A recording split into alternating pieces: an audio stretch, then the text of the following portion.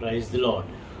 ప్రభువైన క్రీస్తు నామంలో అందరికీ ఉదయకాల సమయంలో వందనామలు తెలియజేసుకుంటున్నాను.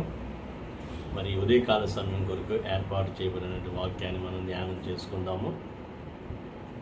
దావీదు రాసిన కీర్తనలు 41వ అధ్యాయము మొదటి వచనాన్ని మనము ధ్యానం చేసుకుందాం. బీదలను కటాక్షించువాడు ధన్యుడు, ఆపత్కాలమందు యెహోవాని తప్పించును. దేవునికి స్తోత్రం కలుగును గాక. బీదలను కటాక్షించువాడు ధన్యుడు, ఆపత్కాలమందు యెహోవాని తప్పించును. దేవుడి యొక్క వాక్యాన్ని మన జీవితాంతకాలము దీవించి ఆశీర్వదించును గాక.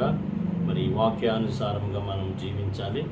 బీదలు ఎంతమంది అయితే ఉంటారో వారందరి పట్ల మనము కరుణ కటాక్షాలు కలిగి జీవించాలి. చాలామంది బీదలకు ఇవ్వడానికి